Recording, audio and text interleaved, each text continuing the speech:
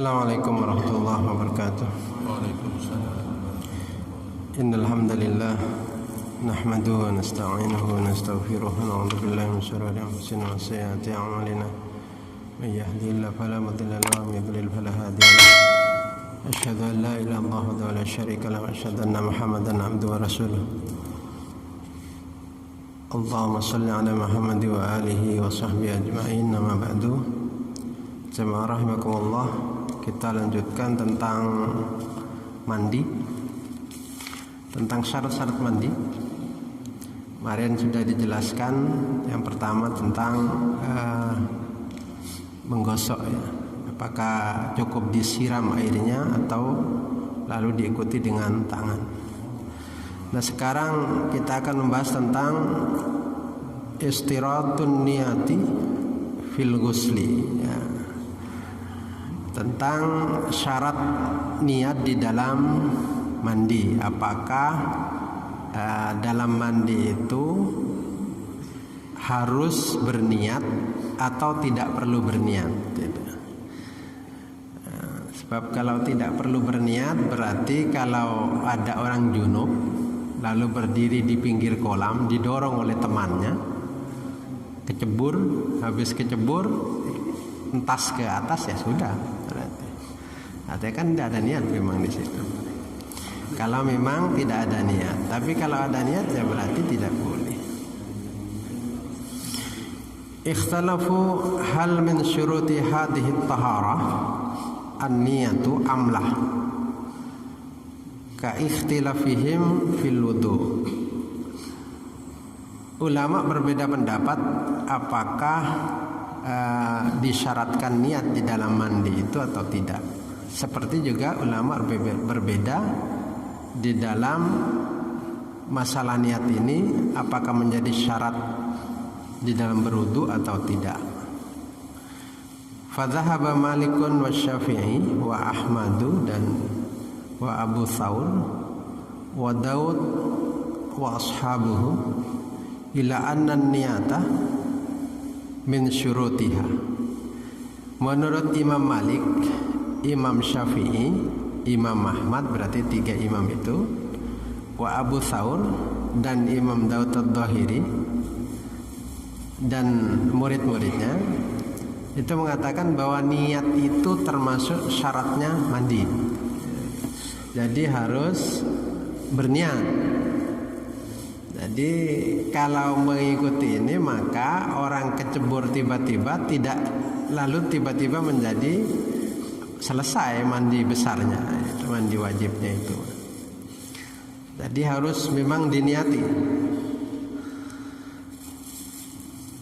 Wa dhahabu Abu Hanifah wa ashabuhu wa Thawri ila annaha tujzi'u bi ghairi niyatin kal hali fil wudu indahum. Menurut Abu Hanifah dan pengikut Abu Hanifah dan juga Imam As-Sawri itu tanpa niat pun sudah cukup. Artinya niat tidak menjadi syarat di dalam mandi. Sehingga orang tidak niat mandi, tidak ada niat mandi, lalu tidak ada niat mandi besar misalnya, mandi janabah, lalu niat, ya sudah cukup. Tidak niat itu sudah cukup. Apalagi niat gitu. Nah, karena Abu Hanifah tidak mensyaratkan niat. Tetapi tetap sunnah saja kalau berniat. Sunnah saja kalau berniat. Nah, ini ulama lalu kenapa berbeda seperti itu? Ya, perbedaannya kemarin sudah di bab wudu sudah ada. Jadi karena memang tidak ada nas yang sahih yang betul-betul menjadi jelas bahwa niat itu ada. Dalam hadis-hadis yang bercerita tentang mandi itu ada beberapa hadis, termasuk hadis riwayat dari Aisyah, dari Maimunah, terus ada dari Ummu Salamah, itu tidak menjelaskan tentang niat. Nah, di satu sisi itu juga ada yang mengatakan bahwa kalau orang mau melakukan sesuatu tentu dia akan ada niat, ada niat. Nah, di sini dikatakan bahwa dibedakan antara ibadah dengan bukan ibadah, pekerjaan ibadah atau bukan ibadah. Nah, kalau ibadah itu butuh niat. Kalau ghairu ibadah jadi ibadah mahdhah atau ghairu ibadah mahdhah. Jadi kalau ibadah mahdhah itu murni ibadah. Murni ibadah, contohnya salat butuh niat gitu. Karena ibadah mahdhah. Nah, terus kalau misalnya mandi ini apakah ibadah mahdhah atau enggak? Contoh yang ghairu mahdhah, yang tidak murni ibadah itu. Sampean cuci pakaian, meskipun pakaiannya itu untuk sholat, ya, tentu harus suci. Nah, itu ghairu mahdhah, tetapi dihitung sebagai ibadah karena untuk dipakai sholat. Gitu.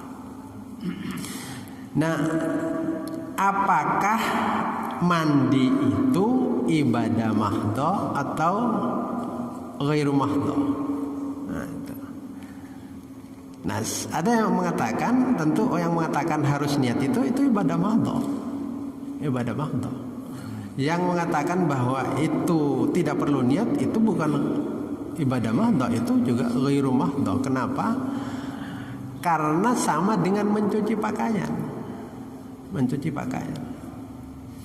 Sehingga ketika kita mencuci pakaian, menghilangkan najis dari pakaian, itu kan tidak perlu niat kita. Jadi nawaitu izalatan najis.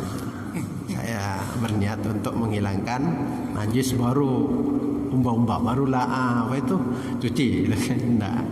Pokoknya ada najis cuci, tidak pernah berniat untuk menghilangkan najis. Nah, dengan itu kata Abu Hanifah. Jadi ya sudah, kalau mandi ya sudah mandi saja, tidak perlu, tidak wajib niat gitu.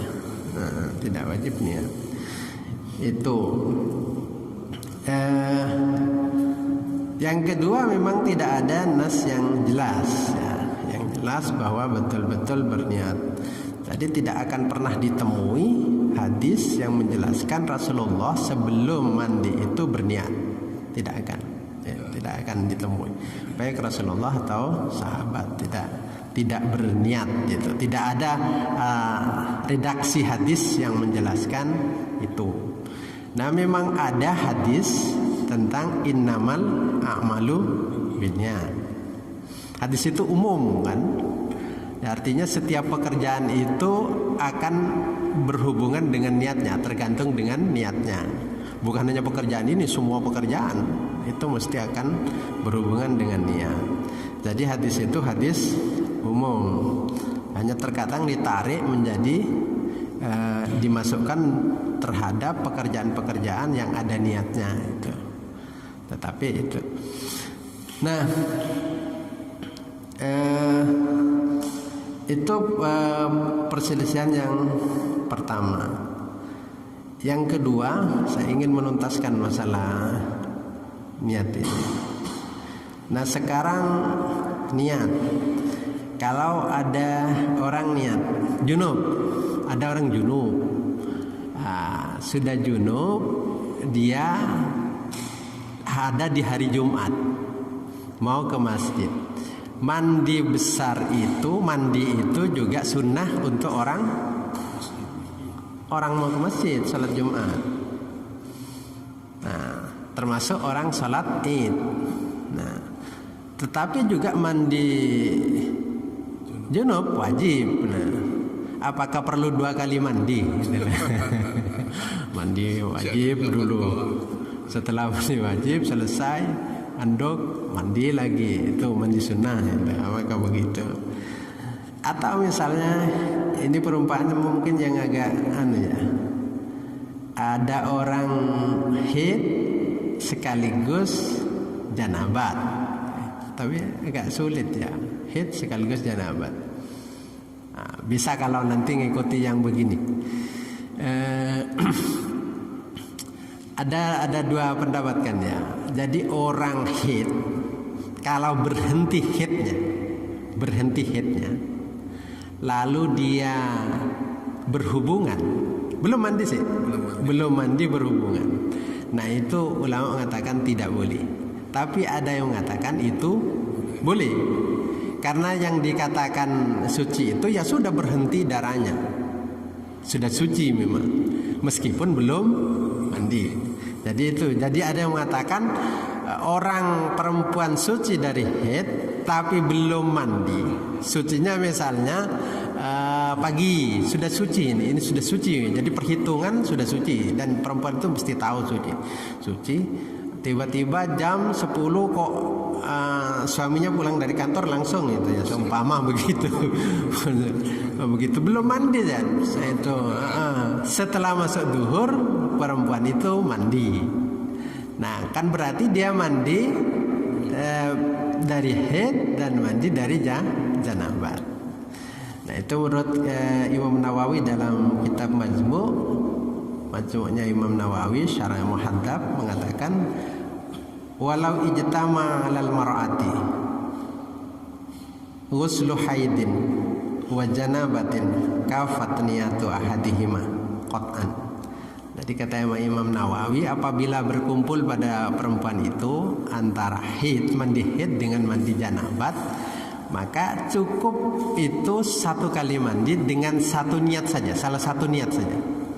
Niatnya salah satu, apakah mandi haid atau mandi janabat. Itu sudah cukup kedua-duanya. Sudah cukup kedua-duanya. Nah, jadi sudah memenuhi artinya. Artinya tidak perlu misalnya niatnya itu mandi haid dan mandi janabat gitu. Mandi junub maksudnya. Nah, cukup mandi salah satu, niatnya itu salah satu. Sehingga kalau dari sini yang wajib dengan yang wajib saja niatnya satu dan boleh dikerjakan satu kali, apalagi yang wajib dengan yang sunnah. Nah, cuma tidak boleh misalnya di situ junub, di situ juga mandi sunnah Jumat. Misalnya berniat yang mandi salat Jumat itu, maka itu tidak sah mandi junubnya. Jadi yang dipakai adalah mandi wajib junubnya itu. Itu sama dengan orang datang ke masjid waktu subuh. Kira-kira kalau 2 kali sholat tidak nututnya 2 rakaat ya, 1 sholat. Mana yang dipilih antara tahiyatul masjid dengan qobla subhi ya, fajar. Nah, tentu yang dipilih adalah sholat fajar. Secara otomatis tahiyatul masjidnya masuk di situ gitu. Jadi memperkirakan waktu. Tapi kalau nutut itu dua-duanya. Kalau tidak nutut kira-kira cukup 2 rakaat maka dipilih salah satu. Jadi itu. Jadi mandi janabat kalau digabung dengan mandi haid maka pilih salah satu, niatnya saja, niatnya salah satu. Nah, niat itu saya jelaskan tentang niat. Niat itu adanya di dalam hati. Niat di dalam hati. Jadi tidak ada niat di luar hati. Jadi di luar hati itu bukan niat. Jadi semua ulama sepakat bahwa niat itu adalah di dalam hati. Semua ulama sepakat bahwa tidak ada niat itu di lisan gitu. Nah, bagaimana tentang niatnya itu? Niatnya itu adalah yaitu bisa dengan menggunakan ada fardil ghusli, yaitu niat saya melakukan fardu mandi gitu. Atau niat saya mandi fardu misalnya boleh gitu. Atau niat saya mandi untuk bisa melakukan sholat, boleh gitu. Artinya begitu niatnya. Tapi jangan di lisan, di hati itu bukan kayak di lisan ya, bukan kayak di lisan. Kalau di lisan kan diurut seperti yang saya sampaikan tadi. Niat saya mandi itu lisan gitu. Kalau di hati itu cukup tergambar. Kalau di hati tergambar bahwa mandi wajib karena Allah, itu sudah tergambar gitu. Bukan di hati dituntun itu bukan. Tergambar saja sudah cukup itu. Karena hati kan tidak bisa berbicara dengan kalimat per kalimat gitu. Hati itu hanya bisa tergambar gitu. Nah, itu sudah cukup. Jadi pokoknya ada kalimat mandi fardu ya, mandi wajib itu saja. Mandi wajib sudah cukup gitu. Itu yang mengharuskan niat begitu aturan. Atau misalnya niat menghilangkan hadas haid, menghilangkan hadasnya haid, atau menghilangkan hadas janabat, junub gitu. Itu sudah cukup gitu. Nah, terkait dengan sekarang kalau lalu orang itu mandi, di tengah-tengah mandi itu dia misalnya lalu memegang bahwa harus niat misalnya, harus niat. Kalau tidak perlu niat kan tidak perlu bahasan panjang.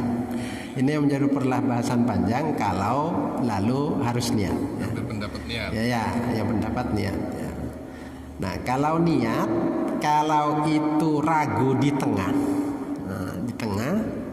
maka itu harus diulang dari awal lagi.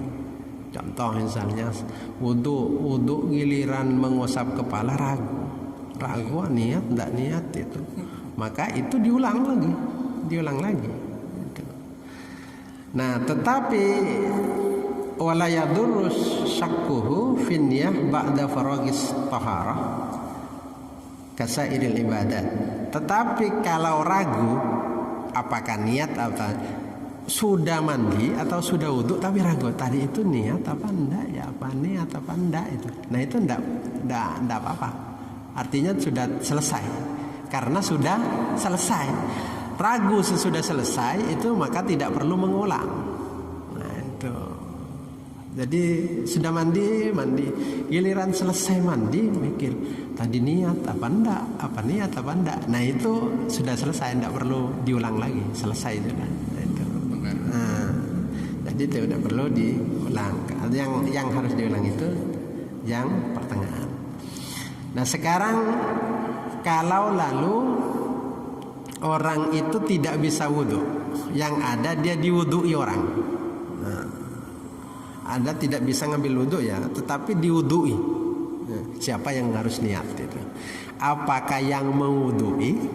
Apakah yang berwudhu? Yang berwudhu itu yang sakit, yang tidak bisa berbuat apa-apa tangannya, tetapi bisa kena air. Apakah yang mewudhui? Nah, itu yang berniat adalah yang berwudhu, yang sakit itu tadi. Sedangkan yang sehat, yang mewudhui atau mentayamumi itu tidak perlu niat. Yang berniat itu yang bertayamum itu. Jadi tetap yang berniat itu yang berwudu atau yang bertayamum. Wa idza wadda'ahu ghairuhu i'tabaratin niyah minal mutawaddi dunal al-muwaddi. Jadi kalau yang wudu itu orang lain, maka niat itu dari yang berwudu, bukan dari yang mewudui itu. Bukan dari yang mewudui. Nah, niat itu kapan ya? Kapan niat itu? Nah, kalau Imam Ahmad bin Hambal itu niat itu sebelum pekerjaan, sebelum mengerjakan sesuatu sudah niat. Kalau Imam Syafi'i saat memulai sesuatu, barengan saat memulai.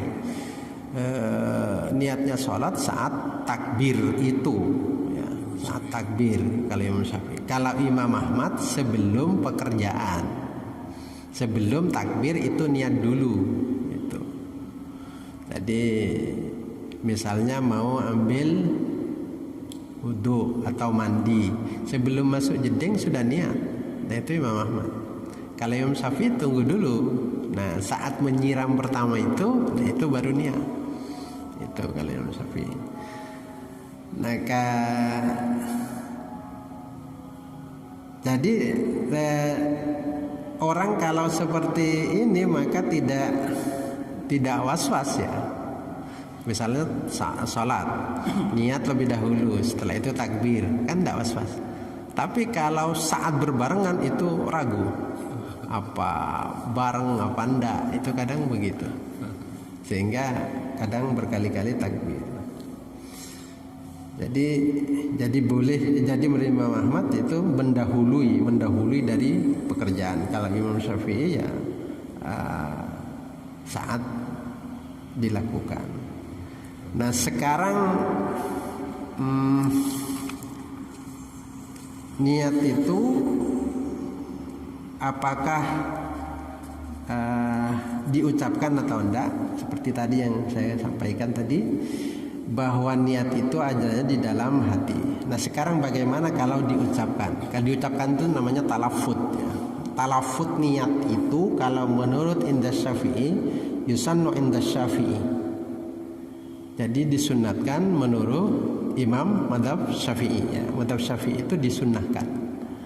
Nah menurut Imam Malik itu lebih baik meninggalkan talafut. Jadi tidak melafadzkan nawaitul wudu'a, nawaitul ghusla li raf'il hadasil akbari misalnya. Nah, itu enggak perlu. Artinya lebih baik itu ditinggalkan, bukan baiknya itu diucapkan karena mazhab Maliki. Nah, yang agak ekstrim itu adalah bukan sunnah, bukan juga lebih baik ditinggalkan, tetapi yang mengerjakan itu talafut itu bid'ah. Nah, itu yang agak lebih ekstrim ya kalau yang seperti itu. Dalam kitab Al-Bahuti dikatakan bahwa begini, wat talaffudu biha ay bin niyati wa bima nawahu min wudu'in aw ghuslin aw tayammumin huna ay fil wudu'i wal ghusli wat tayammumi wa fi sairil ibadat bid'atun. Jadi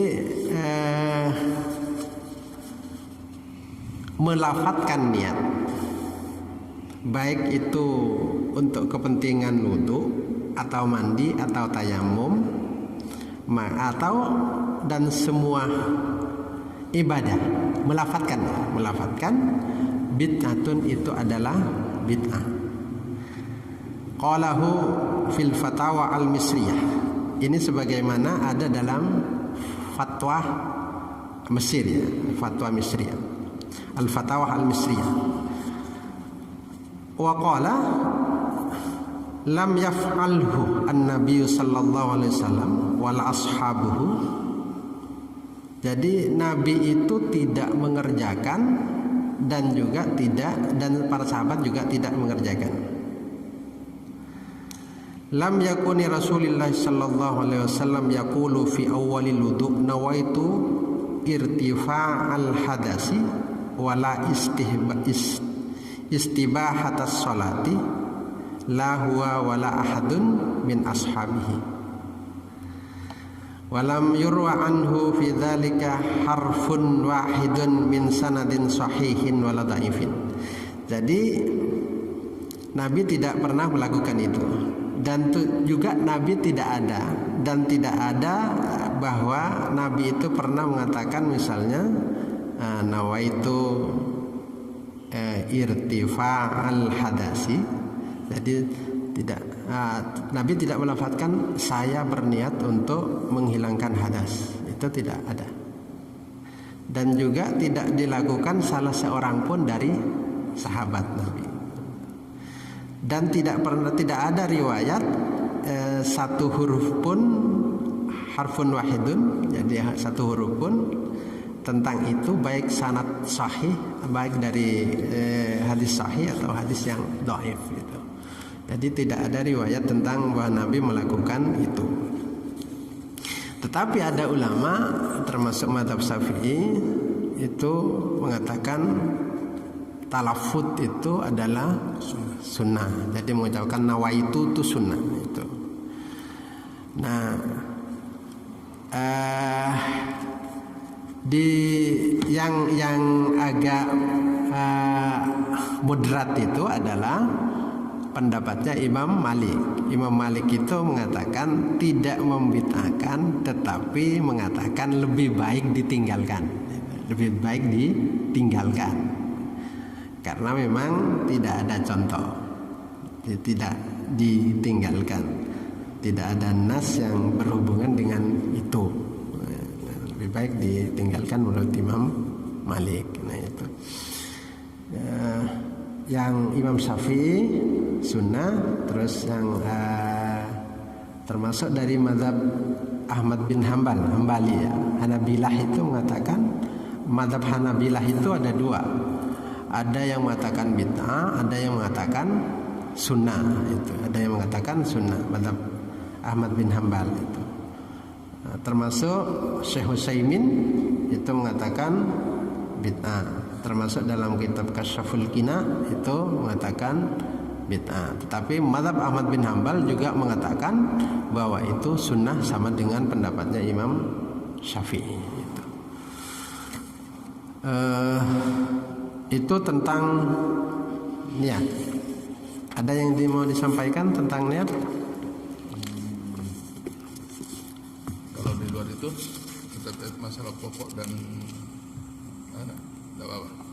Ya, silakan. Tadi dijelaskan bahwa pekerjaan yang sifatnya pokok itu didahulukan, seperti tadi sholat fajar dengan sholat tahiyatul masjid. Maka dahulukan dulu, kalau waktunya mepet itu adalah sholat fajar, gitu kan tadi. Ya. Yang jadi pertanyaan begini. Kemudian sudah tahu kita tinggal 1 menit itu.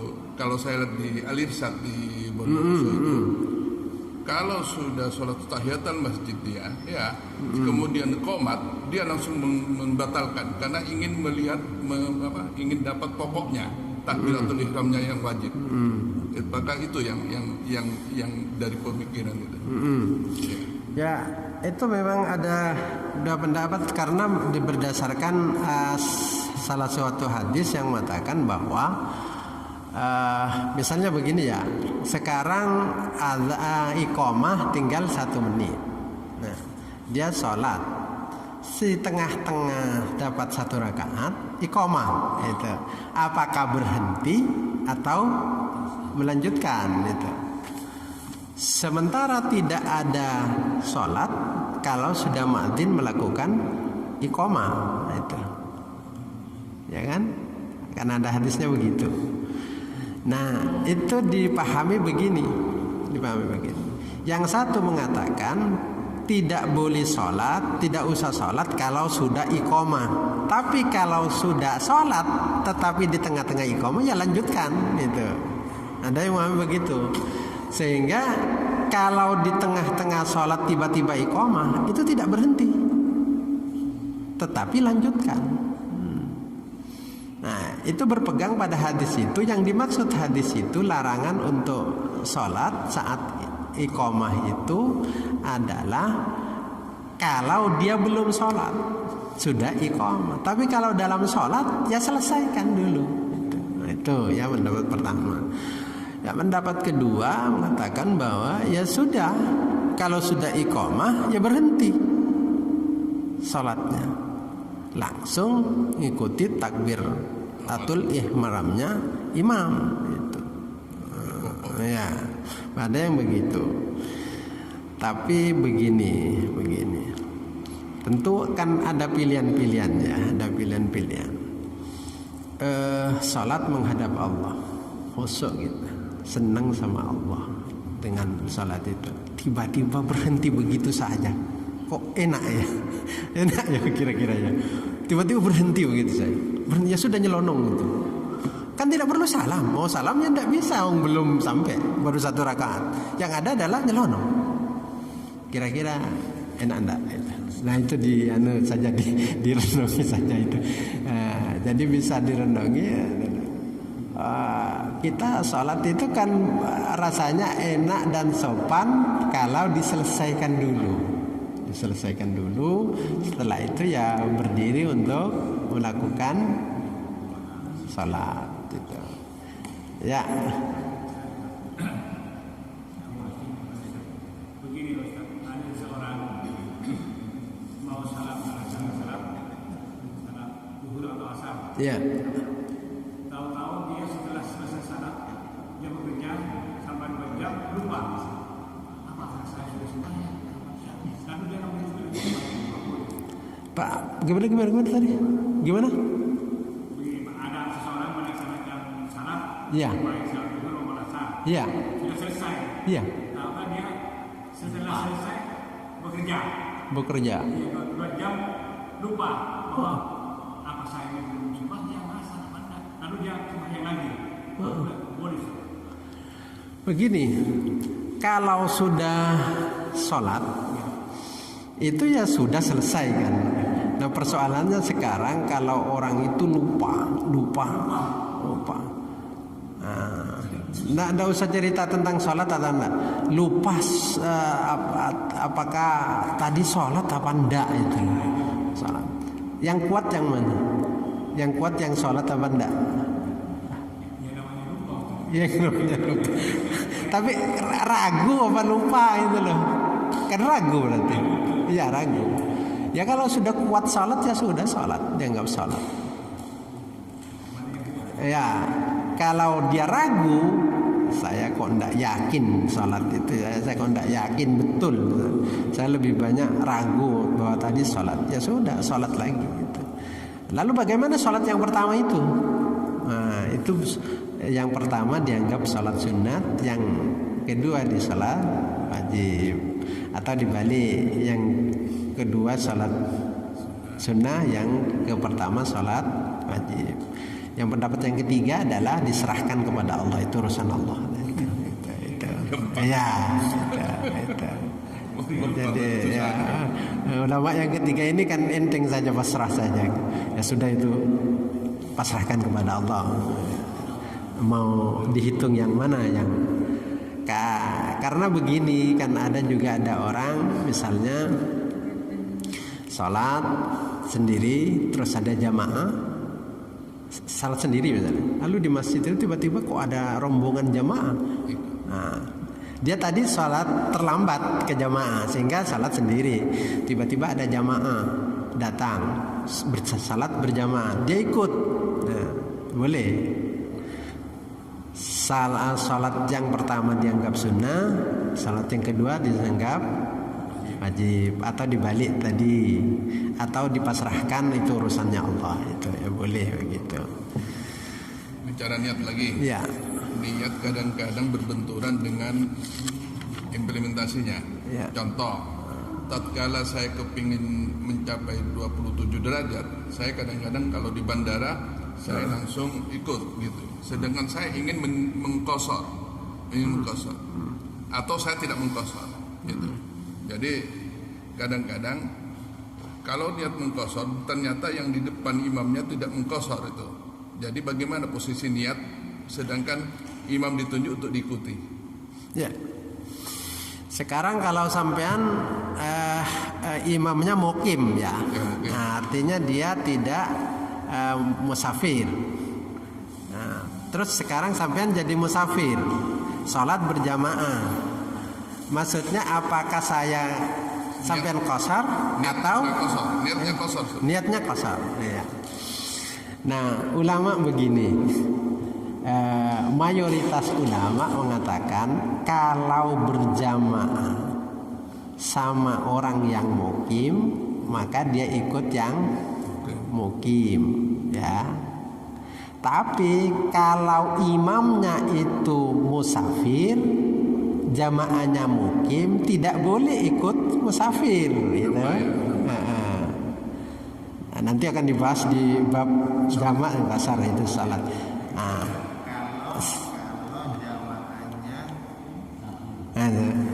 sudah jelas ya. Kalau sekarang sampean musafir berhenti di sebuah masjid di Surabaya, berarti kan imamnya itu kan bukan musafir, ikut sholat. Nah itu tidak boleh diqasar. Sampean sholat seperti biasa. Sebentar nanti akan ada pendapat lain ya. Ini mayoritas salat begitu.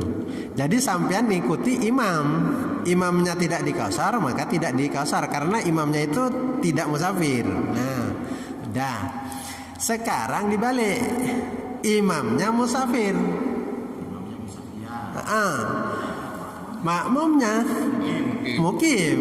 Nah, imamnya itu qasar seumpama, makmumnya tidak boleh qasar. Nambah 2 rakaat. Ya, begitu duhur misalnya, imamnya 2 rakaat, assalamualaikum, maka makmumnya berdiri melanjutkan. Itu kekurangannya.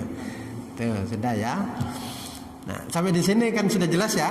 Di sini niatnya gimana yang makmum yang musafir karena niatnya sudah mau qasar. Semuanya ikut mukim yang 4 rakaat. Gagal gugur. Ya, jadi dilanjutkan. Berarti dia tidak diqasar. Ya. Terus. Nah, ini pendapatnya Ibnu Hazm dari Ad-Dhahiri itu mengatakan begini, tidak boleh seperti itu katanya. Itu tidak betul kalau begitu. Kenapa? Sama sekarang kedudukannya, imam makmum ikut imam. Kayak tadi kan ikut imam. Coba perhatikan cara berpikirnya Ibnu Hazm ya. Kalau tadi imamnya mukim, maka kita harus ngikuti imam. Kenapa sekarang kalau imamnya musafir yang dikasar kok makmum tidak boleh ikut imam? Itu. Kok tidak seperti itu? Nah, sehingga Ibnu Hazm mengatakan berarti sekarang makmum itu berdiri sendiri.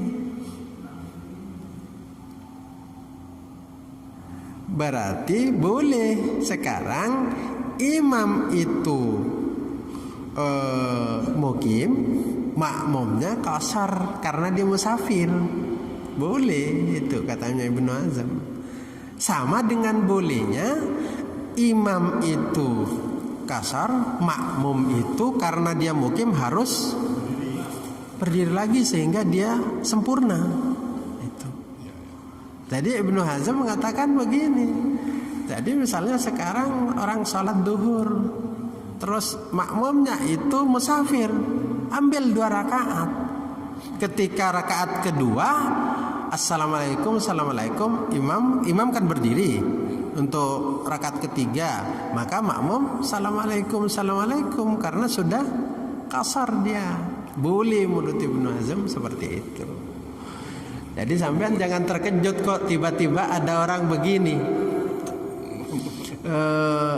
Habis imam belum selesai kok dia assalamualaikum. Ini gimana? Salat 2 rakaat.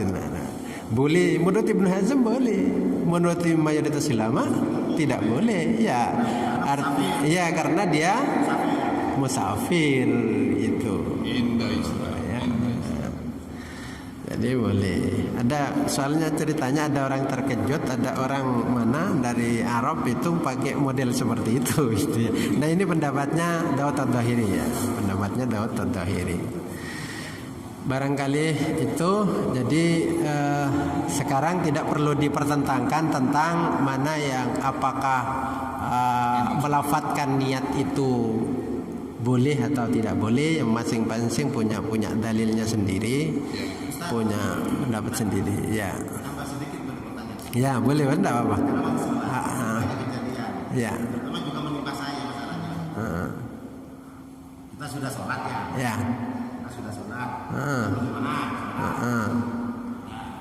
Sholat. Kemudian saya kayaknya sholat 2 rakaat untuk ba'diyahnya. Sendirian sudah. Iya, sendirian. Iya, iya.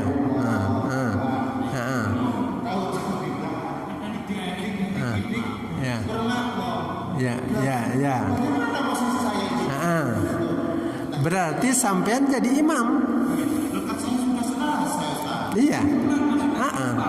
Tidak apa-apa. Secara otomatis dianggap imam oleh makmum. Sampean sholat sunat, sah dia bermakmum. Saya bingung. Aku sunat, itu bingung saya. Kasih tanda. Enggak usah. Jadi sampean tidak usah bingung, lanjutkan saja salat sunnahnya. Yang makmum tetap ikut imam. Sampean tetap salat sunnah. Tidak perlu terganggu dengan tetapi dia dapat pahala berjamaah. Ada kebilang kawannya. Sekalipun tahu. Sekalipun tahu. Sekalipun tahu. Iya. Boleh itu. Sekalipun tahu. Iya. Itu kasus yang tadi sudah munfarid sendirian, ada jamaah dia ikut sholat lagi, kan 2 kali. Itu tadi. Iya. Jadi boleh yang seperti itu. Nanti akan dibahas lebih panjang di bab sholat. Tetapi untuk yang gambaran sekarang yang seperti itu boleh. Jadi sampai tidak usah terganggu, teruskan saja. Kan kadang orang tidak tahu ya, apakah yang di depan itu sholat sunnah atau sholat wajib. Tiba-tiba makmum datang, dia sholat, langsung krek ikut. Ya sudah, dia dapat pahala jamaah. Kalau saya gini, saya gini. Ya, kalau saya jadi makmumnya ya teruskan saja. Gitu. Jadi ketika ada orang nepuk untuk berjamaah ya sudah. Lanjutkan. Berarti memposisi kita berarti tetap salat sunnah kita. Nah, dikeraskan begini, maksudnya untuk sami Allahu liman hamidah. Dikeraskan itu kan tidak wajib. Dikeraskan tadi ya. Jadi untuk isyarat misalnya maka dikeraskan. Jadi biasanya pelan, jadi agak dikeraskan biar makmumnya dengar. Jadi sami Allahu liman hamidah, Allahu akbar, itu dikeraskan tadi ya.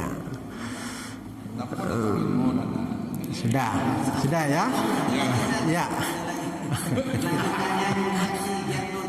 Ya. Kita umpamanya makmum jadi musafir di kosor. Kita makmum ya. Musafir. Ada yang Mukim. Iya. Setelah 2 rakaat kita salam. Apa kita langsung boleh makmum yang duduk asal di jamak takdim dan kosor itu? Boleh. Langsung ya? Boleh langsung. Assalamualaikum dulu. Ya, assalamualaikum dulu. Terus Ini baru ini ada dasarnya. berdiri, gitu. Berdiri untuk salat lagi. Ya. Ini pendapatnya Daud Ad-Dhahiri ya. Dalam kitab ya Ibnu Hazm, ya, madhabnya Daud Ad-Dhahiri Ibnu Hazm itu. Boleh ada dalam kitab Al-Muhalla karangan Ibnu Hazm bab salat gitu ya. Boleh dicek ya, gitu. Boleh yang seperti itu. Tapi kalau ngikuti mazhab Syafi'i dan mazhab yang lain itu tidak boleh. Tidak boleh. Harus ngikuti imam. Cuma katanya Ibnu Hazm itu kok tidak fair. Tidak fair. Tidak fairnya begini. Kalau imamnya itu mukim, maka kita yang musafir harus ngikuti mukim. Sudah ya. Kalau imamnya musafir, makmum tidak boleh ngikuti imam. Ini kan tidak fair katanya. Sama-sama tidak boleh mengikuti, seharusnya boleh juga tidak mengikuti. Imam musafir, makmum mukim, ini tidak ngikuti kan makmumnya. Artinya berdiri di posisi sebagai musafir dan mukim masing-masing. Nah mestinya ketika sekarang musafir jadi makmum, itu berdiri di posisinya sendiri sebagai musafir, berarti boleh qasar. Nah ini kok tidak boleh kata Ibnu Hazm. Itu yang lalu Tidak pas katanya Ibnu Hazm begitu itu. Nah, itu. Sudah itu ada dalam Al-Muhallanya Ibnu Hazm. Barangkali itu nanti bab salat lebih seru lagi ya. Barangkali itu cukup, mudah-mudahan berguna. Ihdinas siratal mustaqim. Assalamualaikum.